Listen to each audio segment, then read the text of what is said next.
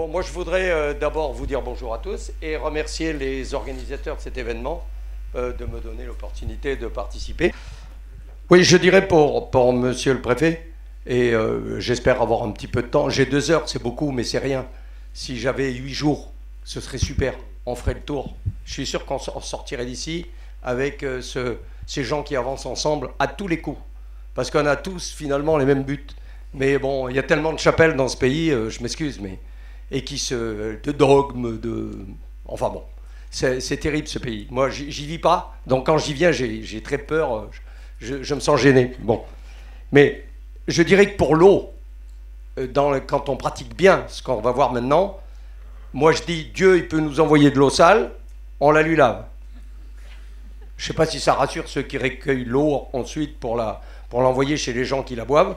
Mais moi, je la lui nettoie. Moi. Ça peut être Dieu, Mahomet, ça peut être... il y en a plein des dieux. Hein. Mais n'importe lequel, ils peuvent envoyer de l'eau sale, on va la leur nettoyer. Donc, c'est une belle image, mais je pense que c'est une image vraie. On nettoie. Il y a quelques années, nos amis du C-Maghreb faisaient des bandes enherbées. J'ai vu ça. Mais ça, avec beaucoup de phosphore. Hein, ça a duré longtemps, des bandes enherbées qu'on mettait dans les paysages. Ben nous, on met des bandes enherbées partout. Voilà, comme ça, on est sûr qu'il n'y a pas que la bande enherbée. Entre les bandes enherbées, on est sûr qu'il n'y a pas d'externalité, que le sol n'est pas entraîné. Enfin, je vous dis ça pour rire un peu. Parce que je trouve que quelque part, on peut en rire aujourd'hui, parce que je pense que nous avons beaucoup de choses à montrer et à faire. Et je vais diviser ma présentation en 2 parties. Et je voudrais que mon ami Serge, alors j'en profite pour vous le dire, Serge Bouzinac, c'est mon collègue de 40 ans. Jamais 2 personnes ont vécu autant ensemble. On respire le même air, on mange tout. On vit ensemble depuis 40 ans. Et il m'a accompagné, donc quand je vais dire je, c'est lui. Et puis n'oubliez pas que quand je dis je, c'est aussi tous mes amis brésiliens, c'est tous les gens qui ont travaillé avec moi, du secteur public, du secteur privé, jusqu'aux grandes multinationales et tout ça. Hein. Donc quand je dis je, ne le prenez pas comme si c'était moi qui suis en train de vouloir me mettre une auréole. J'en ai pas besoin, je suis connu sur la planète, j'ai pas besoin de ça. Ok, donc Serge est là. Éventuellement, quand on mangera, il peut répondre à quelques questions. S'il veut, et puis il est là, et il connaît tout ça. Je vais faire 2 parts. La première, c'est Brésil. Alors, Brésil, c'est les pays tropicaux et subtropicaux. C'est les écologies tropicales humides. Pourquoi ? Parce que ça va plus vite que partout ailleurs. C'est-à-dire que vous plaignez ici, à part les épisodes Sévenol qu'on a vu l'autre jour, dans ces pays-là, de là d'où je viens, ces pays-là, moi, on s'est beaucoup chargé du Mato Grosso, l'État qui produit le plus aujourd'hui au Brésil et qui est dans la zone tropicale humide. On ne pouvait même pas rentrer un tracteur sans faire 10 mètres et se planter.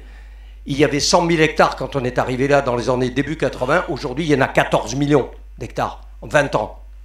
Donc, quand on parle de progrès, de gens qui avancent, si le Brésil aujourd'hui est un champion de l'agronégoce, quelques chiffres, 200 millions de personnes, un peu plus de 200 millions de têtes de bétail, 220 ou 230 millions de têtes de bétail.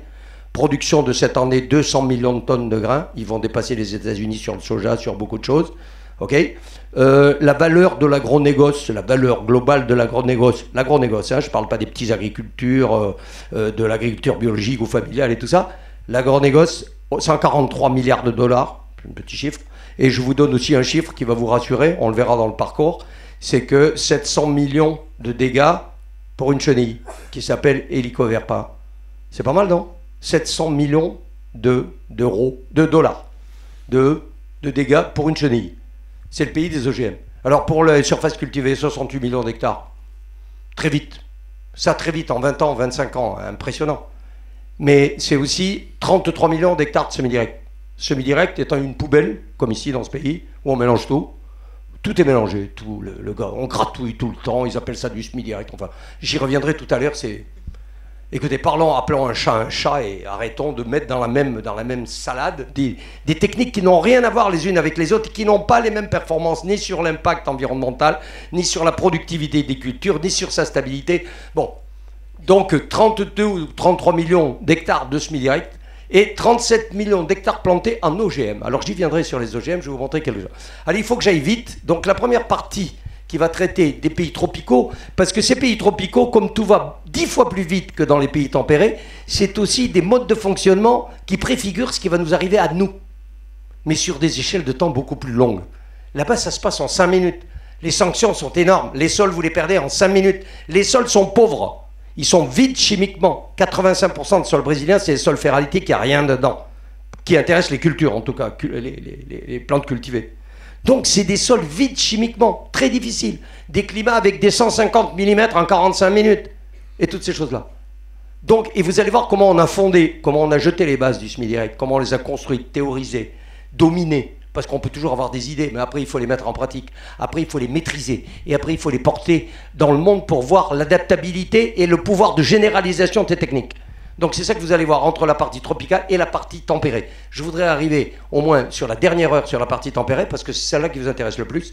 Je suis branché ici en sachant qu'il y a plein de bio dans la salle, et je vais évoquer le bio très souvent. Et moi je vais vous dire, moi franchement, je vais peut-être vous paraître prétentieux, mais faire du bio sans labourer, pour moi, c'est un jeu, je trouve ça amusant, parce que, à mon avis, il n'y en a pas pour longtemps. Hein. Ça peut vous paraître très, très prétentieux. Vous allez dire, mais nous, ça fait 30 ans qu'on est dessus, qu'on bosse, et on n'y arrive pas, et on est embêté par-ci. Écoutez, on va revoir ça, j'aurai pas le temps aujourd'hui, mais après, on peut rester aussi en communication. Je peux aussi, de temps en temps, passer ici, oui, vous donner un coup de main, je peux. Je viens voir notre ami Christian Abadi, qui est déjà un monsieur qui soigne votre environnement et qui répond aux questions qu'on a entendues ce matin. Donc je peux passer par là. C'est pas compliqué du tout. Nous avons des points convergents, on peut tout de suite se retrouver sur de la production bio. Voilà. Alors je vais attaquer donc cette partie Brésil, mais très vite. Je vous montrerai les impacts sur les sols et sur les cultures, la productivité, mais je ne vais pas m'attarder dans des tas de graphiques, je vais les sauter probablement. Je vais laisser ma conférence, il y a 450 diapos, donc les longues soirées d'hiver. Ben, vous prenez votre temps, vous regardez tout ça, j'ai expliqué quand même beaucoup de choses là-dedans, j'ai écrit des livres, vous pouvez les trouver, j'ai mis des revues bibliographiques, vous pouvez aller les chercher. Il y a un nouveau livre que j'avais sur la table là, mais que j'ai plus, je ne sais pas où il est parti, et il est quelque part par là, ben voilà. Donc il y a un livre comme ça qui explique, je crois que ma chaîne est trop courte. Voilà, donc j'attaque la partie Brésil, j'insiste pas trop sur les plantes brésiliennes, et ça n'a pas d'intérêt sur les couverts brésiliens, mais vous allez voir qu'ils ont des petits frères. C'est les mêmes familles de plantes, des légumineuses là-bas, qui correspondent à des légumineuses ici. Ça n'a pas la même puissance au niveau production de biomasse, parce que là-bas, il y a l'eau, il y a la température, il y a tout. C'est un bouillon de culture. Mais il y a des petits frères. Et il y a un fil commun, c'est que les fondements qui ont été produits là-bas, ces fondements sur les semis directs en couverture végétale permanente, que j'appelle SCV, eh bien ceux-là, moi je les ai amenés sur toute la planète, même au Canada, où il pleut, il y a 5 mois de culture, eh bien on m'a dit impossible, là on ne peut rien faire parce qu'on ne peut pas loger une autre culture, une interculture on ne peut pas, eh bien on y arrive très bien, je vais vous montrer comment on fait. Alors ça je suis sûr que les bios ça va les intéresser. Moi aujourd'hui sur le mini réseau que je pilote en France, j'ai des systèmes, c'est l'agriculture de 2060 qui veulent, elle est déjà faite. Bon on peut toujours en discuter, mais il n'y a qu'à aller regarder, il n'y a qu'à aller la voir. C'est-à-dire on a des rendements max, avec pas d'intrants dedans, j'ai tout enlevé, j'ai enlevé le phosphore, j'ai enlevé la potasse, j'ai enlevé les oligo-éléments, j'ai enlevé les pesticides, il n'y a pas de fongicides, il n'y a pas d'insecticides, il reste un parfum, j'ai bien dit un parfum d'herbicide, si on peut appeler ces choses-là des parfums. Mais ce que je veux dire, c'est que les doses sont extrêmement minimales, donc je suis quasiment en bio, et je veux un label moi, parce que le bluo qui laboure, moi il me fait trop peur celui-là, je vais vous montrer pourquoi. Alors, on attaque tout ça, on va passer assez rapidement. Ouais. Ah ben non, là, vous avancez, là. Moi, ce que je voulais, c'était reculer.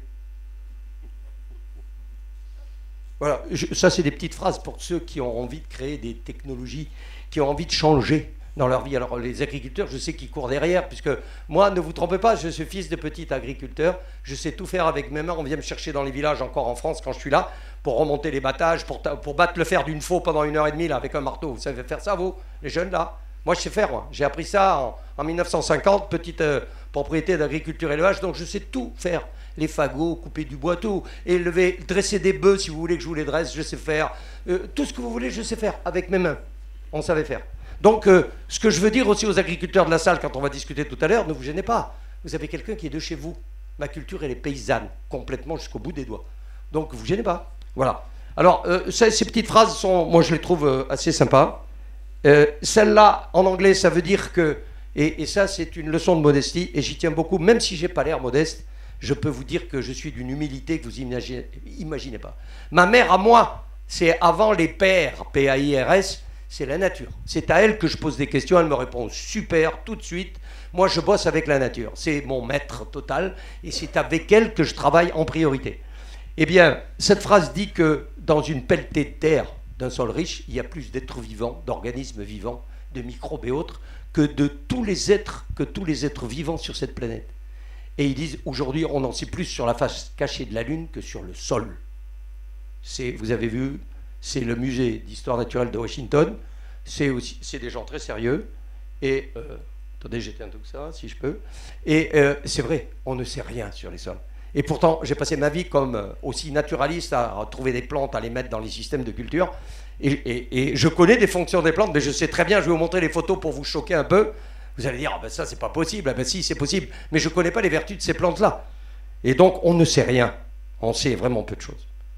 Donc on avance un peu. Alors celle-là je l'aime bien aussi parce que Giono, j'ai toujours bien aimé ce monsieur pour ses écrits, mais aussi parce que cet homme en 1929 déjà, au-delà de ses belles paroles et de ses beaux mots, il avait découvert que le sol, il disait, mais et si c'était une créature vivante, un corps. Donc c'est bien quand même que des gens qui ne sont pas de ces disciplines-là aient déjà remarqué. Alors ça, c'est sur le réseau sur lequel d'où vont venir les informations. Donc c'était pour vous dire, bon ben voilà, je vous mets à l'aise, on a croisé un peu tous les climats, toutes les écologies. Là c'est au Brésil, c'est toute la partie centrale là que vous voyez. L'état du Mato Grosso, il est ici. Attendez, je ne sais jamais sur quel bouton il faut que j'appuie avec ce truc. Ah bon, mais ça ne marche pas. On n'en a pas de pointeur là. Non. Ah ben ça c'est... Ah peut-être ça, non? Ah ben non, pourtant j'ai mis des piles neuves. Oui, non, mais si chaque fois je fais... C'est quoi ça? Ah bon, d'accord, non, mais moi les diapos, je sais les faire passer. C'est que je voulais montrer avec un pointeur, je voulais montrer quelque chose de précis. Bon, bon, il marche pas. Non, mais j'ai mis des piles neuves. C'est super. C'est la technologie. Voilà. Bon, ben j'avance. Ça n'a pas beaucoup d'importance, tout ça. Donc, voilà. Alors, je vous ai mis en haut un peu d'histoire. Alors, c'est pas de la provoque pour les gens qui font du bio. C'est simplement vous dire que moi, là où je vis et où j'ai couru et où je cours cette planète, en 3 heures, vous perdrez tous vos sols. Alors, labourez-les. Ça ne vous est pas arrivé encore. Vous avez des terres fortes qui sont costauds là, mais il y a des boulebènes qui ne sont pas aussi brillantes parce que j'ai travaillé, je viens de l'agro de Toulouse et j'ai travaillé beaucoup dans ces régions ici pendant un moment et je connais les sols. Et vous pensez que tout ça, il ne pourrait rien arriver. Je vous dis, 1h30, 250 mm et vous n'aurez plus de sol. C'est terminé, surtout avec les pentes qu'on voit dans le coin. Voilà, donc vous ne les polluez pas, c'est très bien, votre agriculture est vertueuse, mais vous risquez de ne plus avoir de terre. Bon, maintenant, je ne sais pas, est-ce qu'il ne vaut pas mieux mettre quelques petites cochonneries dedans, mais avec beaucoup de vie biologique pour faire de la phytorémédiation et casser ces petites molécules si vous en mettez peu, mais au moins gardez vos sols, parce que les enfants, ils auront quoi? De la terre à briques dessous, hein, on pourra faire des briques. Donc, je vous montre ça très vite. Ce qui se voit, alors, ces sols que je vous dis, il n'y a rien dedans chimiquement. Si le semoir est un peu bouché, là, il y a plein d'engrais dans les semoirs. Vous voyez, le riz, c'est du riz pluvial. C'est comme du blé, hein, il ne pousse pas. Bon, voilà, quelques images, on passe très vite. Voilà, vous voyez, malgré des dispositifs anti-érosifs, regardez ça. Ça, c'est prix d'avion quand même. Et puis, il y a ça. Quand on a des sols qui sont plus riches, qui sont sur des basaltes, ils sont très argileux et les outils les déstructure et c'est l'érosion éolienne. Et alors là, on ne peut plus respirer. Voilà.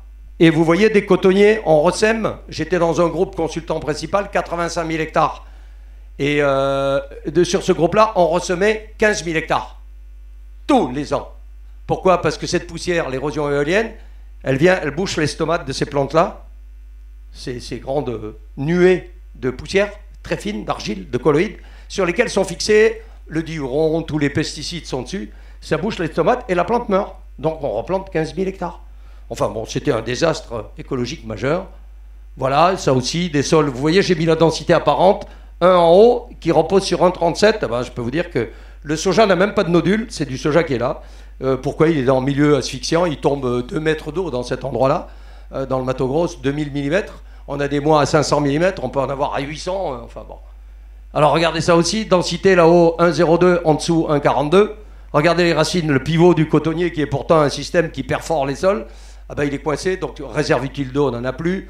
La réserve de nutriments, c'est pareil, elle est confinée à ce qui est au-dessus de là où est le système racinaire. Enfin bon. Et tout ça, on pourrait les multiplier. Et puis les maladies, parce qu'aussitôt que la matière organique s'en va, c'est le sang de la terre. Aussitôt qu'elle démarre, c'est tous les déséquilibres biologiques. Je vais vous en montrer plein. Je vais vous montrer comment on retape aussi des équilibres biologiques. Et bien voilà, maintenant on a des maladies sur les plantes, enfin c'est l'horreur. Alors, je continue à faire le tour. Madagascar, pauvre pays parce qu'ils sont pauvres. Mais au niveau écologique, c'est d'une beauté et d'une richesse colossale. Alors, regardez, les collines foutent le camp, et en bas, leur riz, leur subsistance majeure, elle vient en bas. On a payé déjà, je dirais, 5 à 6 000 dollars à l'hectare par des dons français et autres de la coopération internationale pour leur faire toutes ces rizières. Eh ben, on les casse. Et puis après, il y a des réhabilitations. Elles coûtent que 1 500 dollars à l'hectare. Mais c'est des choses de malade. On ne peut plus le faire aujourd'hui, on ne le fait plus. Mais si les collines descendent et vous cassent tout ça en bas, eh bien même leur nourriture de base qui est le riz, ils ne l'ont plus. Alors bon.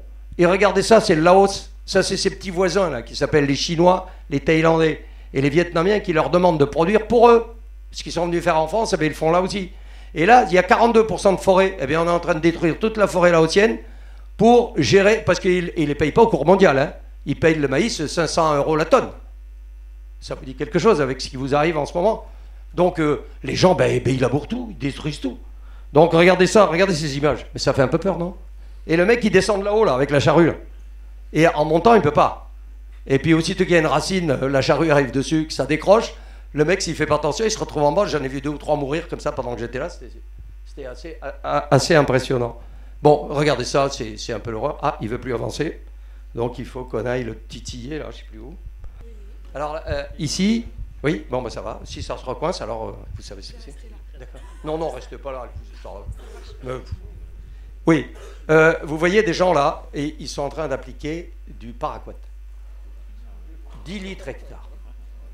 Et de temps en temps, les femmes, là, elles sont enceintes. Elles n'ont même pas de masque. Et le type est en train de pulvériser. Non, mais ce monde, vous imaginez même pas ce monde. Des fois, on se plaint ici, on dit on pollue. Mais regardez ça. Les collines qui descendent, c'est des rizières en bas, là. C'est fini. Tout ce qu'ils avaient en bas, là, c'est fini. On a les mêmes. Oui, mais j'en ai vu hier sur la route. J'en ai vu. Bon, regardez ça. Et regardez bien ce qui est écrit là. Matière organique très élevée sous cette forêt, avec des très bons sols sur des roches basiques. Regardez, en monoculture continue. Ah, elle l'a sauté là. Putain, mais... Voilà. En 15 ans, on est passé de 7-9% de matière organique à 2,8%. 15 ans. Donc, vous avez compris? Alors là, où sont les nutriments? Il n'y en a plus. La vie biologique, ciao. Et bon, voilà. Bon, là c'est le Cameroun. Alors le Cameroun, il pleut pas. Il pleut que sur 3 mois. Pareil, de l'érosion. Non, je suis en train de croiser des tas d'écologies qui n'ont rien à voir les unes avec les autres pour vous dire, c'est partout. Et c'est celle qui se voit. Vous l'avez vu dans ma diapo tout à l'heure, j'ai dit l'érosion qui se voit. Alors ça, vous savez ce que c'est, la jolie petite fleur bleue, c'est sympa quand même dans des endroits où il fait très chaud, 40 à l'ombre. Vous voyez une belle fleur comme ça, on est content, c'est du striga, c'est un parasite. Ils n'ont pas de chance. Quand la matière organique disparaît, lui, il apparaît. Il y a des milliers de graines pour une plante. Des milliers, c'est de la poussière. Et il vit, il émet des suceurs, il rentre dans la sève et il suce le sorgho des gens. Là où il pouvait produire 1200 kilos, c'est 300. Donc pas de peau, une seule culture par an. Et en plus, c'est plein de tanins. Je peux vous dire qu'il faut avoir des tripes pour digérer les tanins. Moi j'essaye, mais j'y arrive pas quand j'y vais. Après, pendant 10 jours, je suis tranquille, j'ai pas besoin d'aller aux toilettes. Et voilà au Canada. Bah tiens, au Canada. Pourtant, c'est là-haut, là. Là, on est dans des pays, on est presque chez nous. Parce que vous vous souvenez que Québec, c'est la latitude entre Nantes et Bordeaux. Oui, on est à la même latitude. La latitude de Québec, au nord, là-haut, là, qui a l'air si loin sur les maps mode, c'est entre Nantes et Bordeaux. Sauf que là-bas, le Gulf Stream n'y est pas, donc il fait très froid, nanani, nanana, les courants marins. C'est ça qui a changé, qui fait la grosse différence du climat entre là-haut. Mais regardez ça. Alors ça, c'est M. Louis Pérusse, que j'assiste depuis 4 ans. Et ce jeune qui est en train de monter tout ça au Canada, qui est un type super. Et regardez, quand je dis aux Canadiens, vous avez des sols compactés, ah non, ils ne sont pas compactés.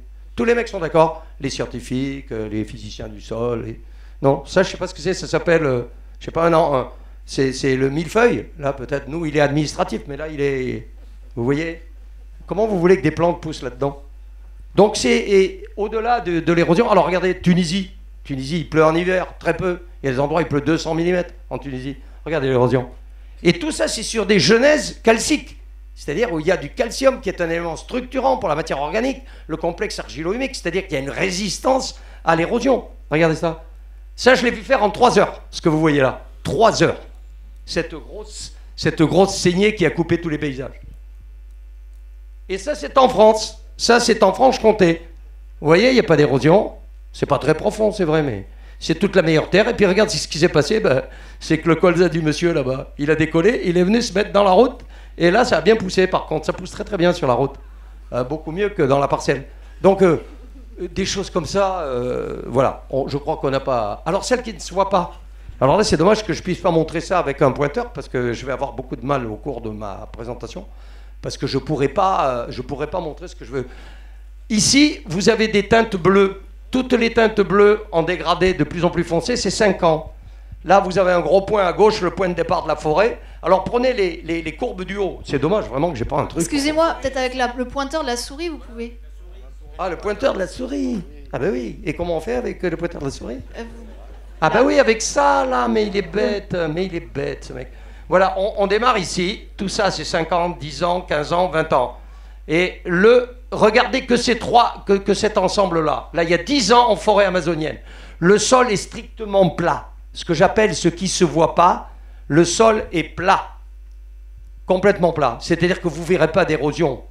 Monsieur du cinéma, il a donné un... Là, vous appuyez sur laser. Oh putain, j'appuie sur laser. Et ça marche. Super, monsieur du cinéma. Et donc, vous voyez ça, sol plat.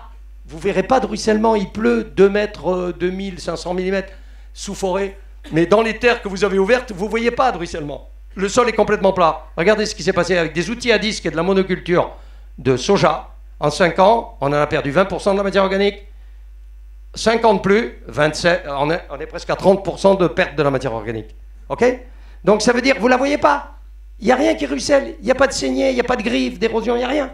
Mais la matière organique s'en va. Elle fout le camp, elle est oxydée. CO2, voilà, avec le travail du sol. Donc il y a plein de choses que vous ne voyez pas. Donc pensez-y. Moi, chez moi, j'ai pas d'érosion. Ah oui, oui. Tu laboures, eh ben tu perds. Tu perds. Alors en France, il y a un climat frais, il y a des longues périodes froides, la minéralisation de la matière organique est beaucoup plus lente et tout ça.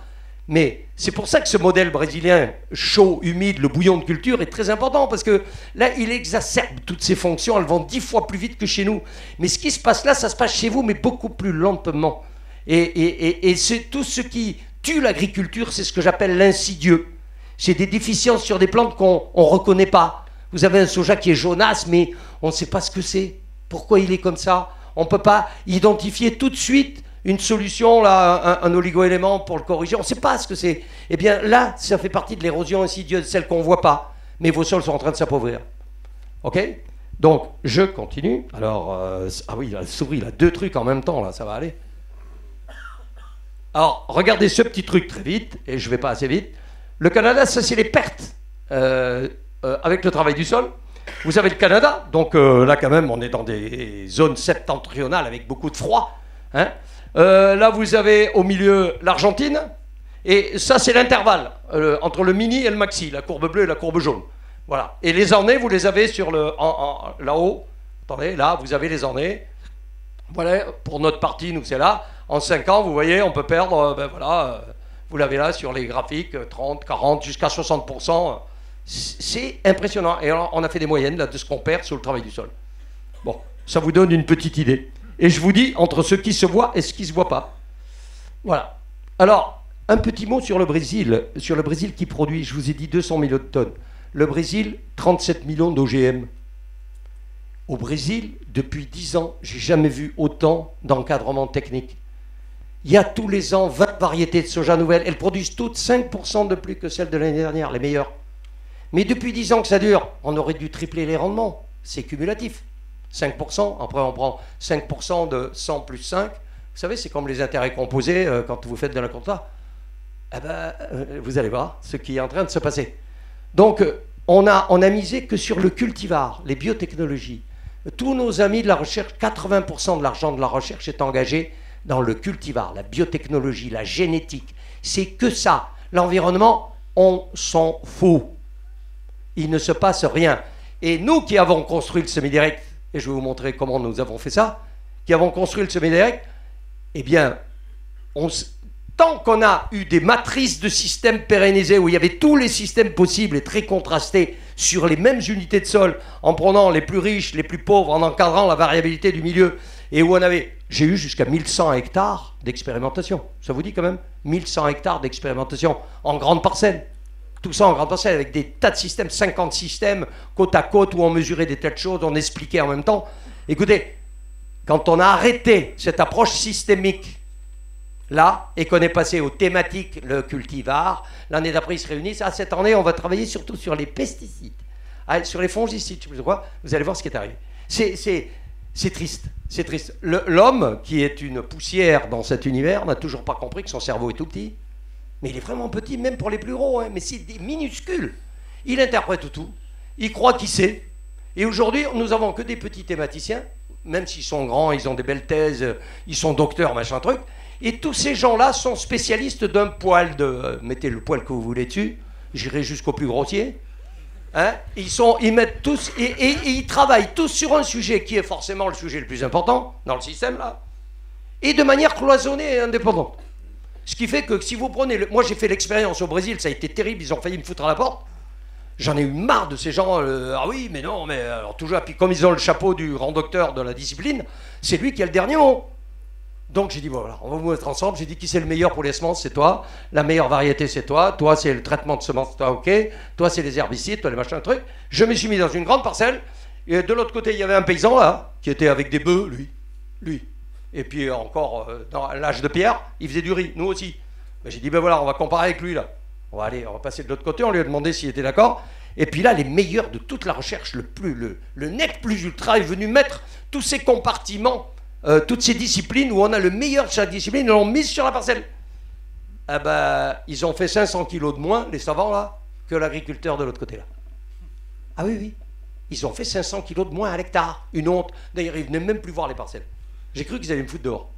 Mais c'est ça la réalité, c'est interactif. Un système a des propriétés globales émergentes qui viennent de l'interactivité des composantes. Ce n'est pas additif, ce n'est pas... Mais c'est ridicule. Et en France, on fait exactement la même chose. C'est là où, je ne dis pas qu'on fait que ça, mais on accumule l'argent là-dessus. C'est les biotechnologies. Bientôt, on va vous sortir du sérum contre le paludisme de votre blé là.